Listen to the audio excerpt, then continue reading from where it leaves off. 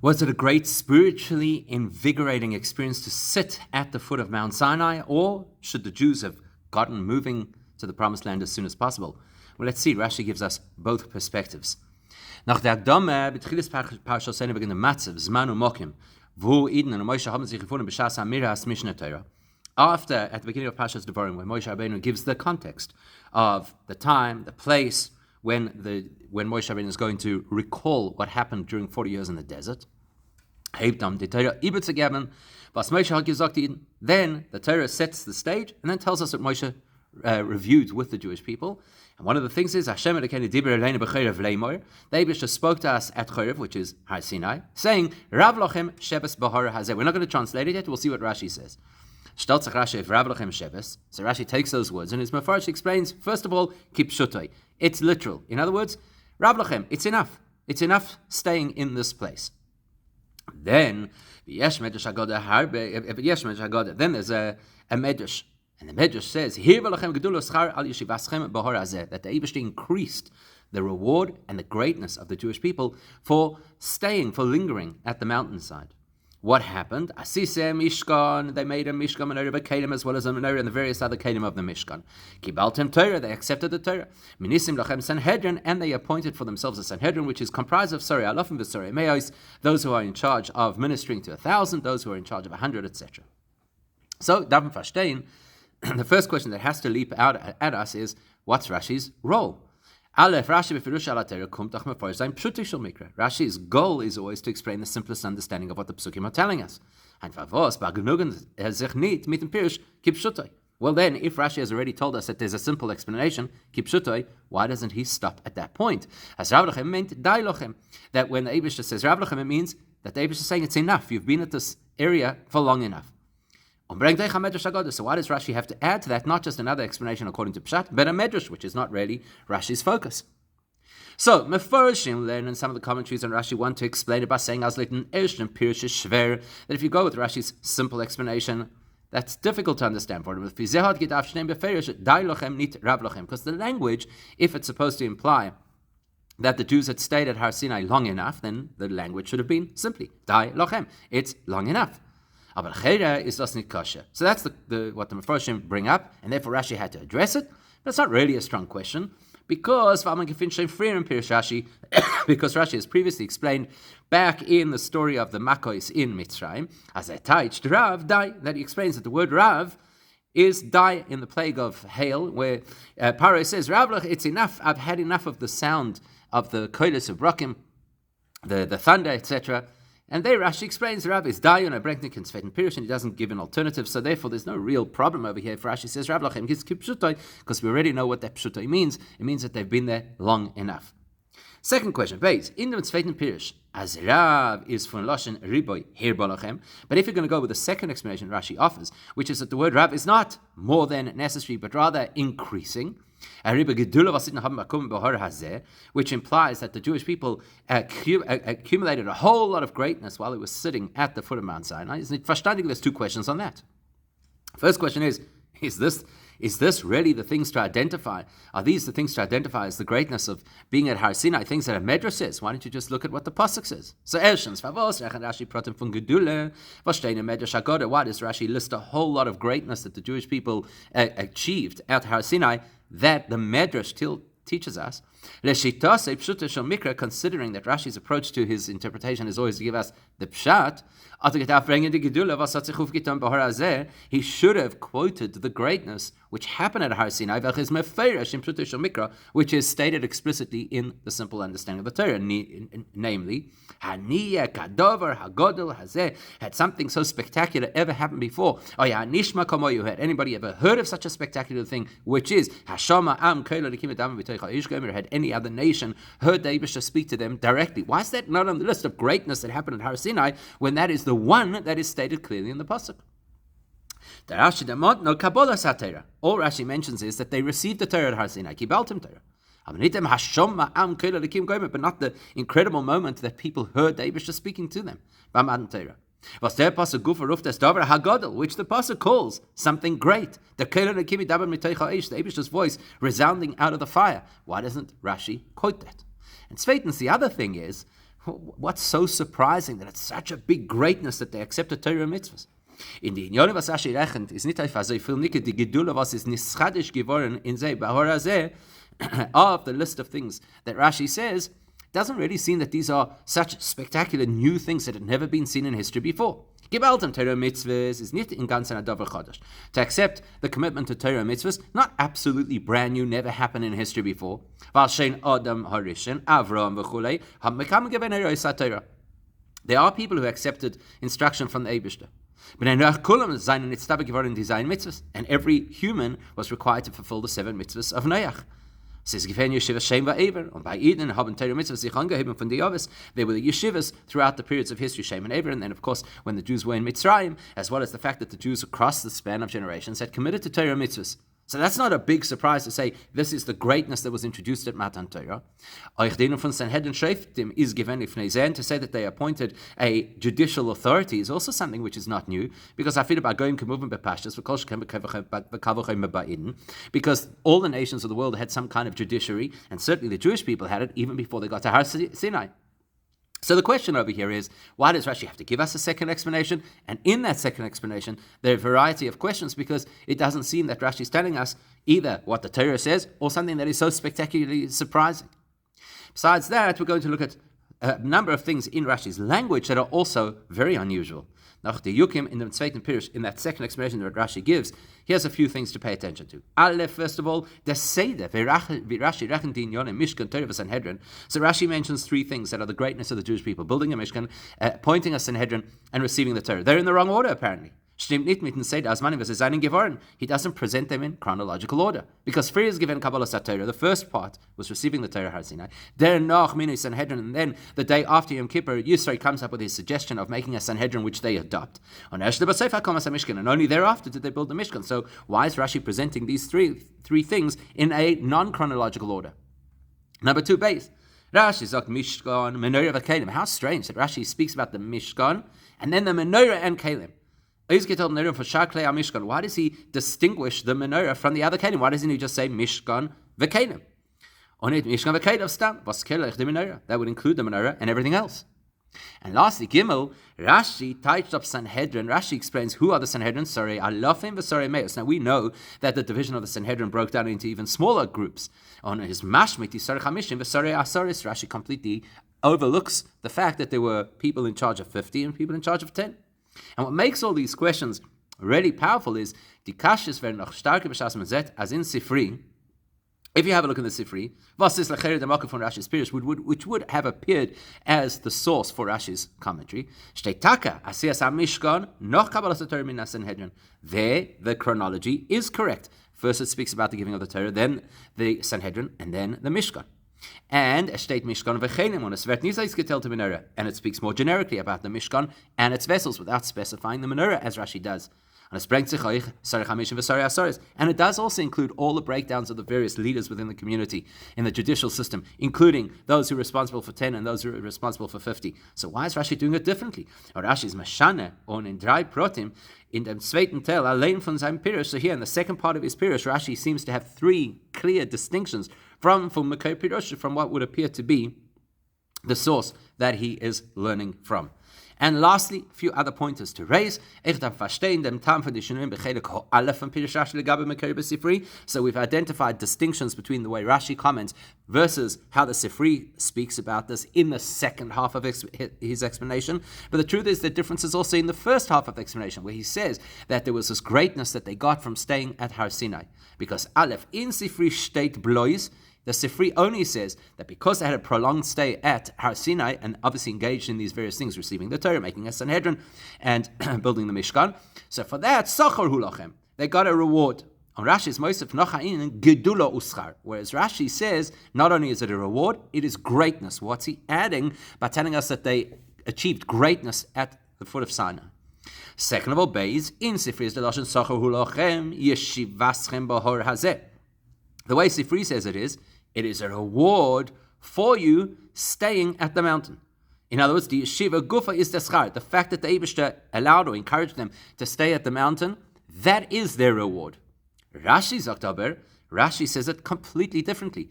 Hirbalachem gedula uschar. The Eibishter increased your greatness and your reward.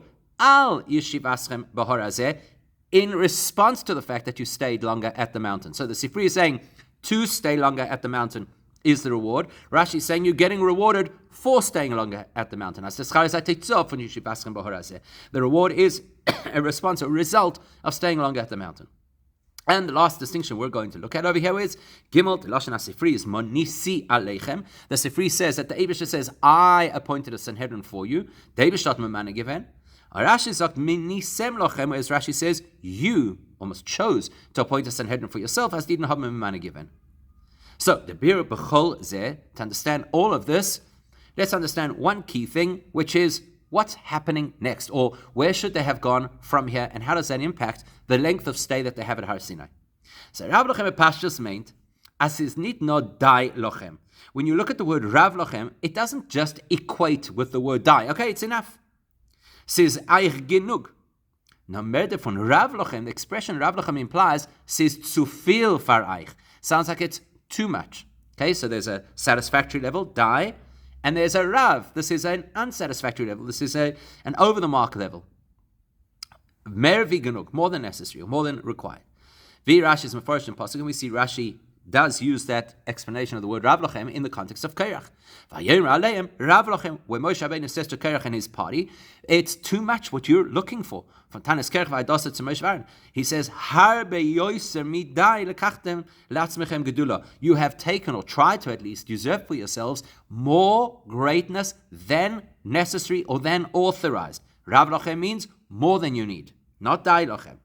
Okay, so that's a pivot for us. Now we understand that the word Rav Lochem is not identical to Dai Lochem, normally. And dos is Barash and Shver in unser Pasuk. That raises a question in Rashi's eyes. What is the Pasuk telling us? Rav Lochem Shavis Bahar Hazeh. You've stayed too long at Har Sinai. Why? Harbe Yosem Midai? How could it be bad? How could it be longer than necessary to stay at Har Sinai? The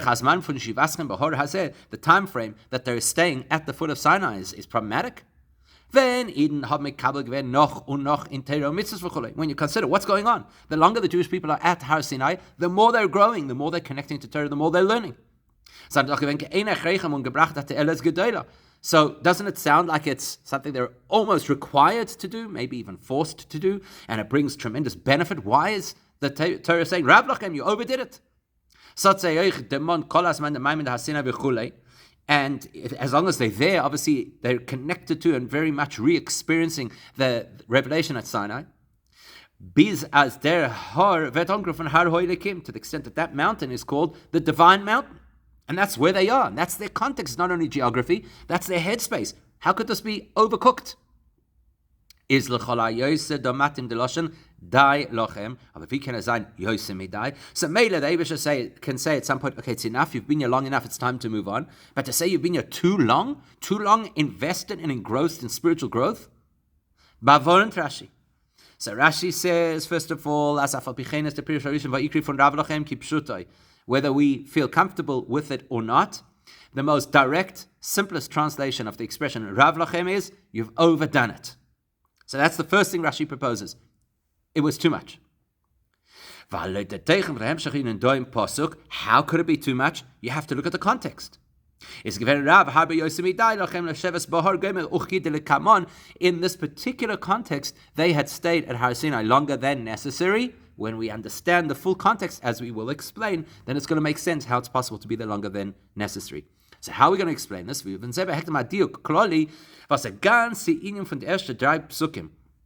get to the bottom of this, let's just look at something intriguing about the first three psukim over here. That Moshe addressed to the Jewish people as so he's telling them that there's a directive from Hashem.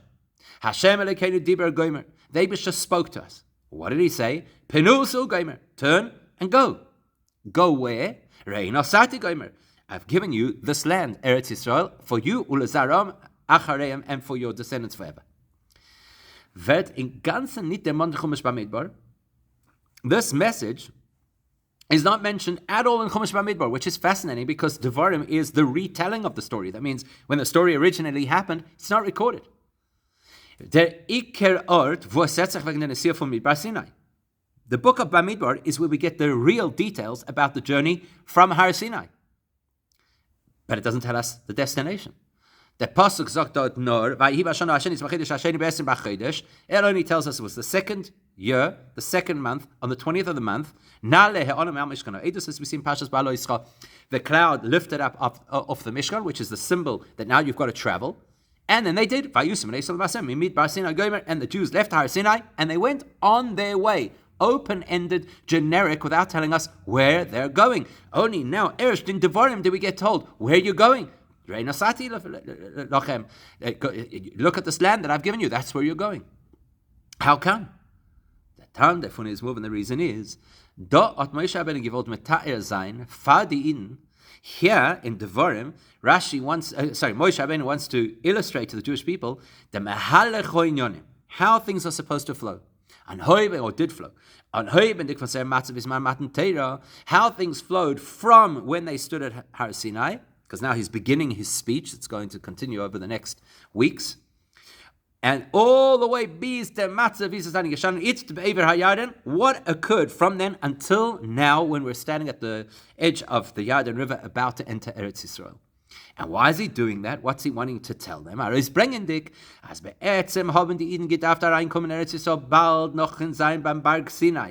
Rabbeinu wants to convey to the Jewish people that what should have happened, it should have been a direct route from Har Sinai to Eretz Yisrael.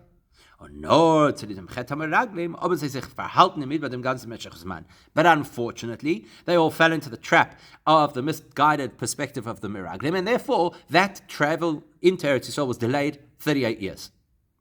Therefore, Moshe has to clarify, because people may not have been conscious of it. This is already the next generation. So he has to clarify. That already back then, when the Jews were standing at Har Sinai, having just received the Torah, the Eibishter told them that your next stop is Eretz Yisrael. That's where you got to go. Move directly to Eretz Yisrael. So from Har Sinai, you're supposed to go directly to Eretz Yisrael. Now we understand how it's possible to be too long at Har Sinai. That's why in this context, it makes sense to say you've stayed too long at Har Sinai. Because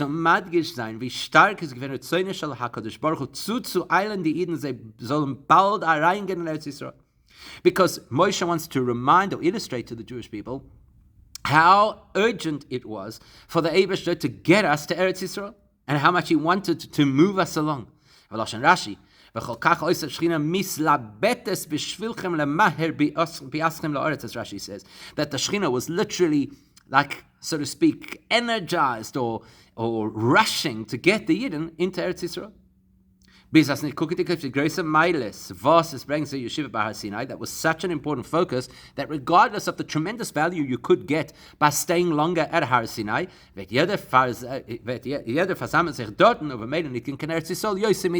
every bit of delay, every hesitation, hanging out at Har Sinai, getting all of the benefits and all of the spiritual development and growth is a problem because it's stalling us from getting to Eretz Yisrael.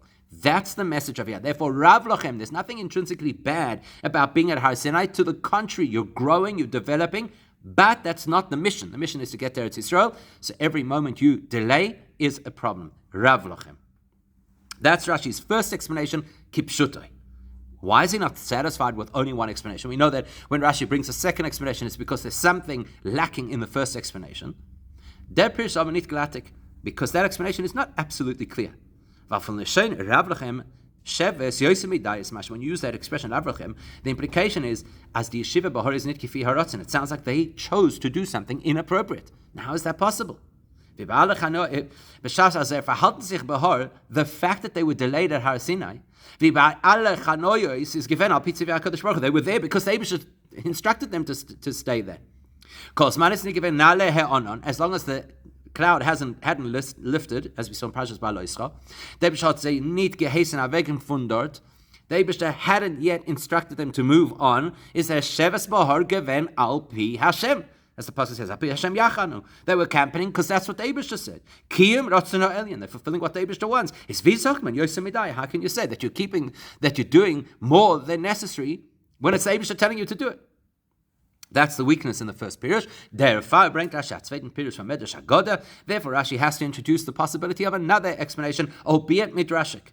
As Rav Lochem made need, keep shutai. That there is an alternative where Rav Lochem does not mean that you've overdone things, rather, merviginug.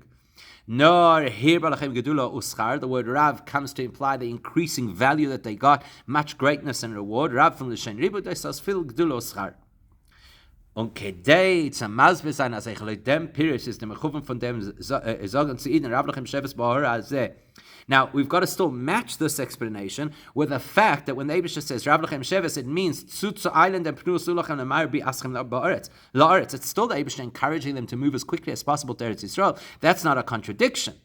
Was der Fall wird wegen der Amira Sakadosh Baruch Hu erzählt bei Parashat Dafka Kanal, which is why we're having this conversation here, because Moshe Rabbeinu is reminding the Jewish people that it was supposed to be directly from Har Sinai into Eretz Yisrael. So how does Rashi link this principle that there's greatness to be achieved at Har Sinai, but really the objective is to get to Eretz Yisrael? For that reason is Rashi nitmatik dem loshen hasifri. That's why Rashi does not use the language quoted in the Sifri. Now the Medrash Haggadah, rather he prefers to use the language of the Medrash. Wo der loshen is asise mishkan menorah v'chelim.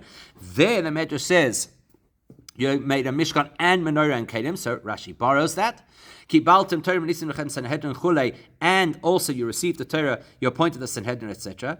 Warum dafke die Sachen? Und in dem Seder, Rashi has chosen to quote these things, and in the particular order that he does, because they beweisen die Greatkeit von ihnen zu gehen kann Eretz Yisrael kidele kamon, because they all speak to the theme of the Jewish people preparing to go to Eretz Yisrael, as we shall explain.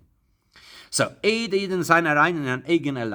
how do you prepare? Before the Jewish people get into their own land, in an Eretz Nishaves, in a place that's their long-term settlement, was der Seder Achaim in an Eretz Nishaves gecholo amim ken chas v'shalom interferen as ihnen so vergessen of their Anderskeit von alle Völker. As long as the Jewish people are in the desert, there's no way that they'll confuse themselves with other nations. Nobody else is living off mon, protected by the clouds. But when they come into a regular land and they have to start farming and doing business, maybe they'll forget that they're absolutely unique from everybody else. Therefore, they have to prepare.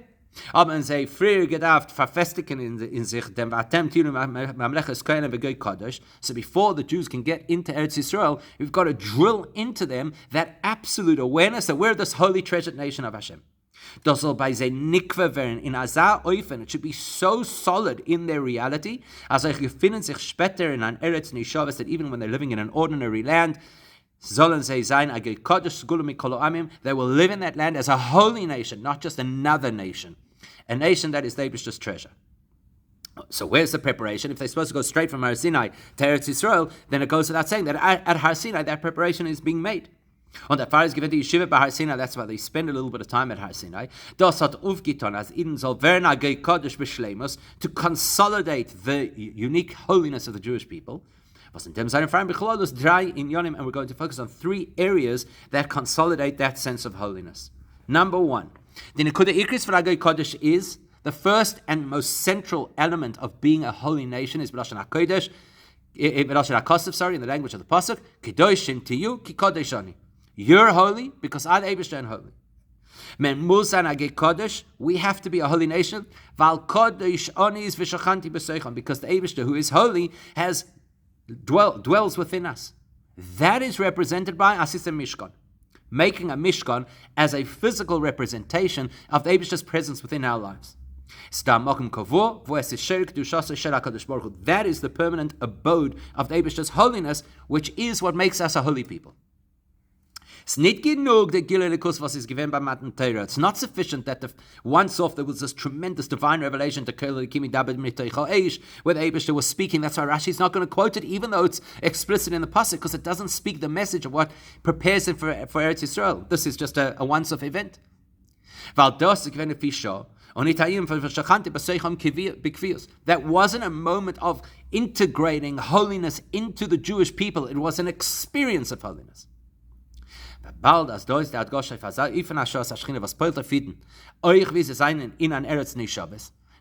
we want to have this experience of holiness that becomes so much part and parcel of the Jewish people that even when they're later in an ordinary land, or at least for all appearances' sake, it looks like an ordinary land, that they should feel completely unique and holy. That's why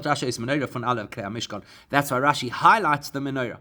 Because Rashi has already told us previously what is the purpose of the menorah, as is that is the testament to the entire world that the Shekhinah is with us, in other words, that we're holy people. So that is the first message, the sense of holiness being part and parcel of the reality of the Jewish people. Then we need the next step, which is accepting the Torah. As the Oizgetelkeit von Goyet Kodesh durch the Ashuras HaShechina in Mishkan, yes, there is this divine presence that is within us that makes us this holy nation and is represented by the Mishkan.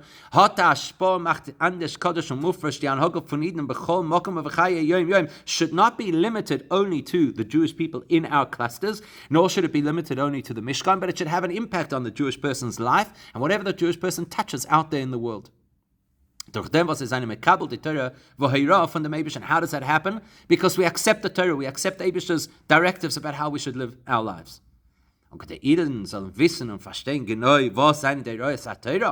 Point number 3, in order for us to be absolutely clear that we understand the Torah correctly and appropriately, for that you have to appoint leadership. The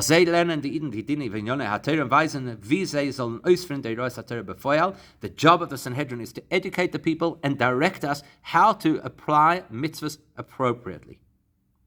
With that, we can appreciate why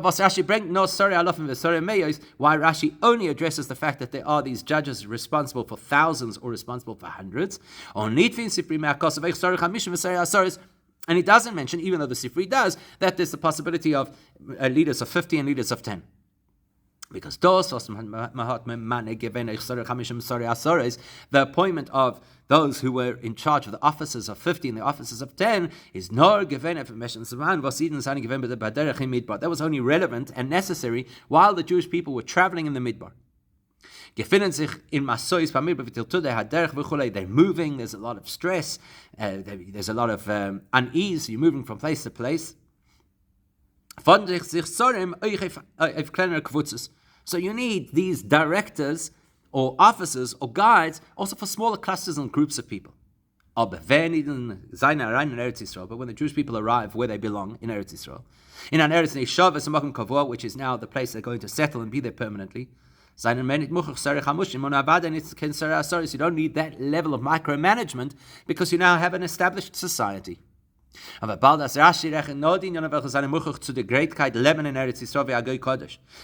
Rashi is only identifying those elements that occurred at Har Sinai to prepare the Jewish people to be the holiest nation living in Eretz Yisrael, he only speaks about the elements of Sanhedrin that would be long-term, that would be permanent in Eretz Yisrael as well, which is only leaders for 1,000 or leaders for 100, and you don't need smaller clusters.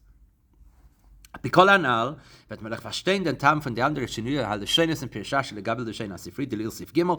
it should be quite clear to us why Rashi says his explanation in different language to the Sifri. Because Rashi's intention is to tell us that the pasuk by saying Rab Lachem is to it's not simply to illustrate that staying at Har Sinai earned us certain rewards. That's not the theme according to Rashi.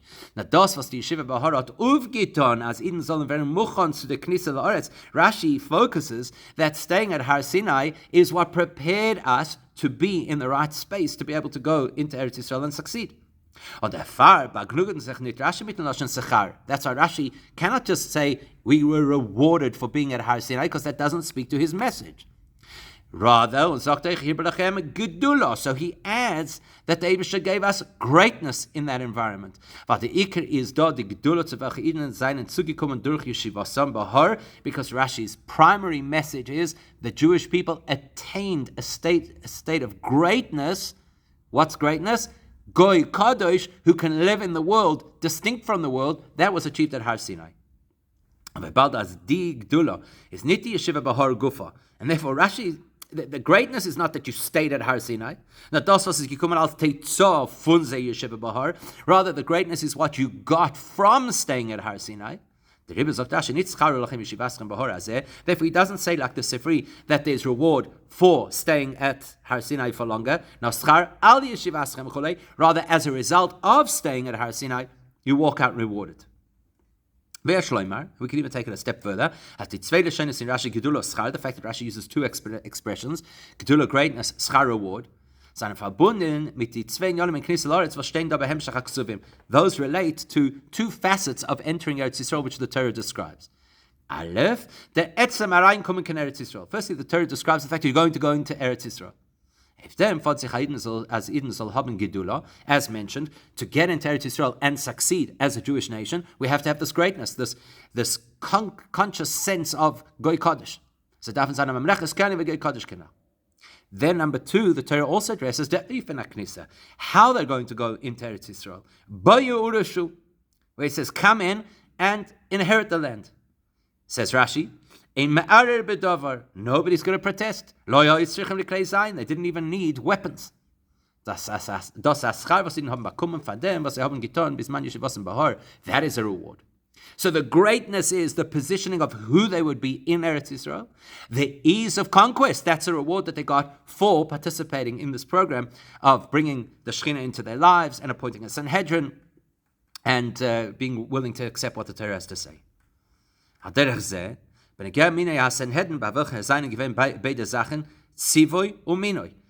likewise, when it comes to the Sanhedrin, and this is the distinction, how come the Sifri says, I, Hashem, appointed the Sanhedrin, whereas Rashi says, you appointed the Sanhedrin, because there's two phases to the Sanhedrin. The Eibishter instructing it, and the Jews applying it. There is the Eibishter's instruction to make judges, and Moshe had to select the people, and the Havalachem, there's like this ongoing message that you have to establish leaders within the community. Since Sifri, woman bringt heraus in den Aschar gegeben von dem Eibishten, the Sifri that is focused on the rewards the Jews gained at Har Sinai. So therefore the focus is, the Eibishter, part of what the reward was, he gave you a Sanhedrin. So therefore the Sifri says, I appointed those judges. Whereas Rashi,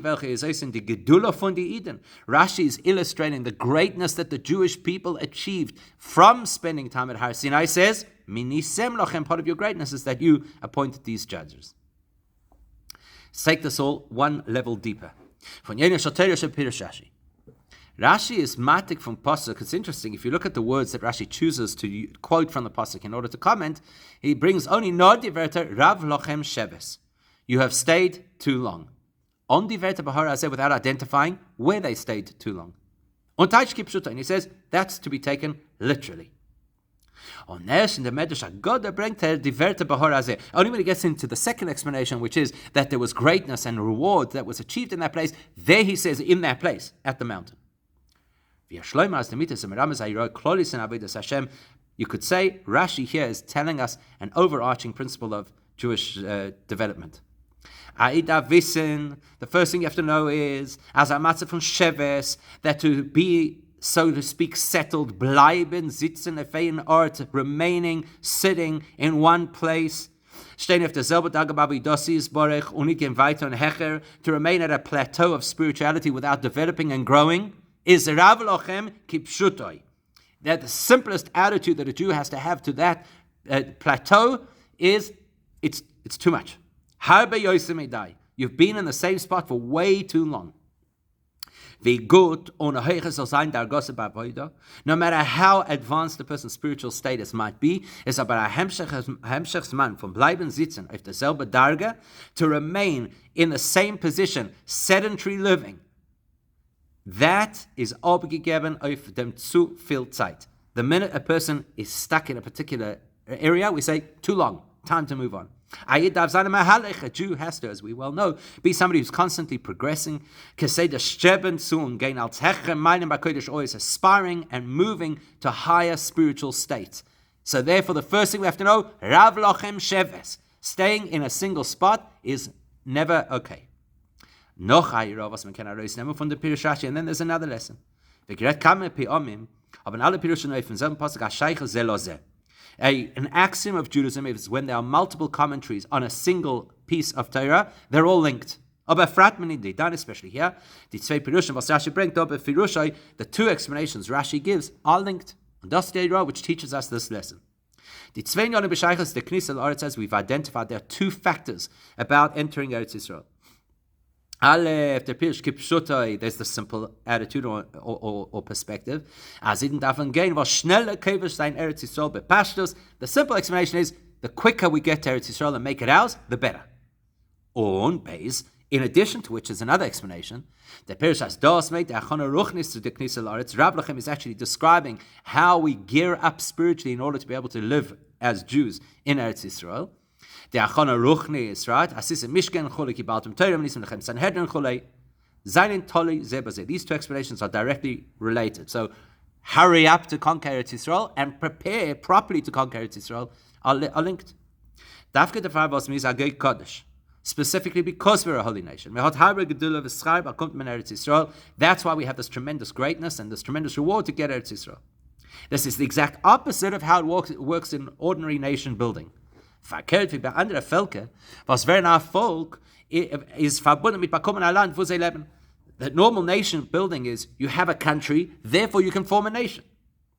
Bei Ihnen ist die Ihnen von Rav Lachem Shevski Pshutoi. By us it's the other way around.